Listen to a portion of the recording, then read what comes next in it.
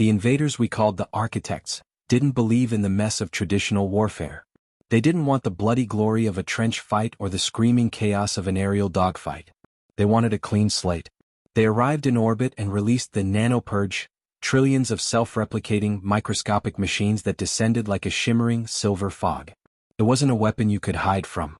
The purge didn't just kill, it disassembled.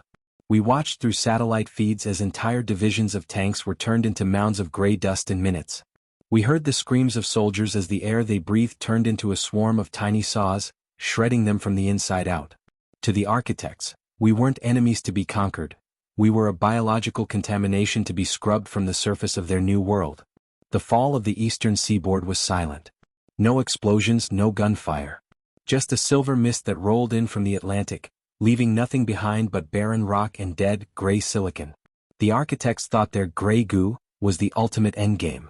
They assumed that a species made of soft tissue and primitive steel would have no way to fight a cloud of 1 trillion microscopic assassins. They were wrong. They forgot that every machine, no matter how small, relies on a delicate electrical balance. They forgot that humanity has been the master of the lightning since we first looked at the sky in fear.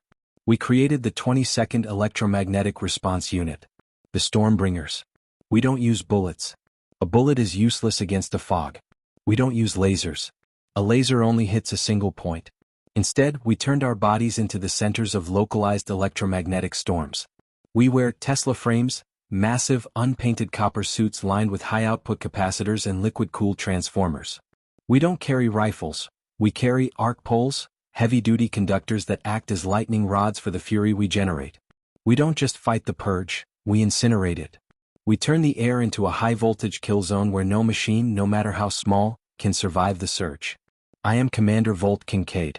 My suit's capacitor is currently holding at 400 million volts. And I'm about to bring the thunder.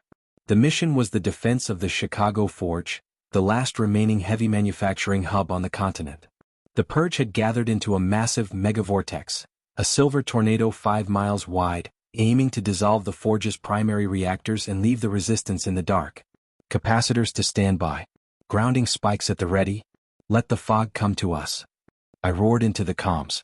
The sound was distorted by the static already jumping between the copper coils on my back. Storm 2, Sarah. The mist is at the perimeter. I can hear the clicking volt. It sounds like a billion tiny teeth. Storm 3, Jax. My armor is starting to pit. The stragglers are trying to eat the sensors. Engaging the aura. I looked through my reinforced visor. The silver fog was rolling over the outer walls of the forge.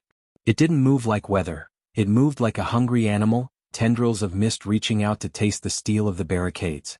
As the first wave of nanobots touched the electrified fence, a million tiny sparks erupted, a faint blue glow that barely slowed the swarm down. They're bypassing the fence. Stormbringers initiate the snap.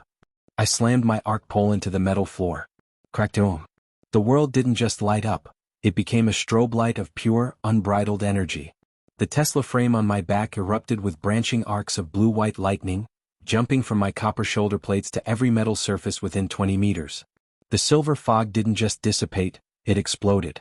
The nanobots, hit by the sudden surge of millions of volts, underwent a catastrophic short circuit. The silver mist turned into a cloud of black soot, falling to the ground like rain. Keep the cycle constant. Don't let the charge drop. We stood in a circle, 3 human lightning rods in a sea of metallic death. The purge was frantic. The architects realized that their cleaning was being met by a force that didn't just resist disassembly, it destroyed the assembler. The silver vortex shifted, contracting into a dense, solid-looking shape. It was a nanocolossus, a 30-foot-tall humanoid form made of 1 trillion interconnected machines, vibrating with a high-pitched, metallic shriek. It's trying to stabilize its field. Jax hit the legs. Sarah, the core. The colossus lunged. It didn't punch, it flowed. A massive silver limb reached out, turning into a liquid blade aimed at my chest plate. I didn't dodge. I channeled the entire reserve of my left capacitor into my gauntlet. Eat the voltage. I grabbed the silver limb. The physical contact was like touching a hive of angry hornets. I felt the nanobots instantly trying to eat through my copper-plated glove, the grinding sound like 1,000 saws. But then the current hit. A massive arc of electricity traveled from my suit, through my arm, and directly into the colossus. The blue light was so intense I had to shut my eyes. The silver machines couldn't handle the load. The arm of the Colossus shattered into a million dead pieces of dust. The creature recoiled, its entire body flickering as the electrical surge traveled through its collective mind. Sarah. The Tesla towers are primed. Link the signal. In the center of the forge, 4 massive towers, 300 feet tall, began to glow with an eerie violet light. These were the great conductors. They were designed to create a city-wide electromagnetic dome, but they needed a focal point, a grounding key, to stabilize the field. That was us. Stormbringers, connect the chain. We sprinted toward the central plaza, the silver fog snapping at our heels. Sarah and Jax took their positions at the auxiliary grounding ports. I climbed the central dais, my suit hissing as it bled off excess ozone. Command: activate the forge storm. The towers fired. 4 massive beams of pure white-hot lightning converged on the dais. I felt the energy pass through my suit. It was a sensation beyond pain, a feeling of being turned into a living sun. My HUD died instantly. My armor turned a glowing orange. The liquid coolant in my suit began to boil. I raised my arc pole to the sky. The convergence of the 4 towers hit the pole and erupted outward. A massive hemispherical dome of electrical fury expanded from the center of the forge. It hit the silver vortex with the force of a nuclear shockwave, but without the fire. It was a static nova. The purge didn't stand a chance. Every nanobot in the 5-mile radius was hit by the pulse. The silver fog turned into a black cloud of dead silicon in an instant. The shriek of the machines died out, replaced by the deep, world-shaking boom of the thunderclap that followed. The silence that followed was heavy. The Chicago forge was no longer being eaten. The silver fog was gone, replaced by a thick layer of black soot that covered the streets like snow. The sky was clear, the stars of Triton 9's sister moons peeking through the dissipating ozone.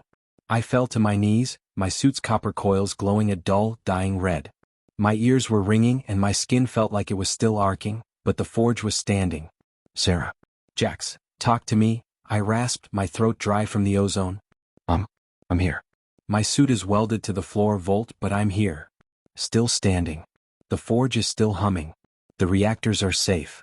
I looked out over the ruins. The architects had sent their ultimate cleaner. They had sent 1 trillion assassins to erase us. But they forgot that humanity doesn't just survive the storm. We are the storm. We are the species that took the fire of the gods and learned how to throw it. Humanity has proven the ultimate truth of the Iron Siege. You can be small, you can be many, and you can be perfect. But you are still a machine. And in a world where we control the lightning, you are just another piece of scrap waiting to be fried. The purge is over. The forge is held. Chicago stands. The mission is complete. The swarm is dead.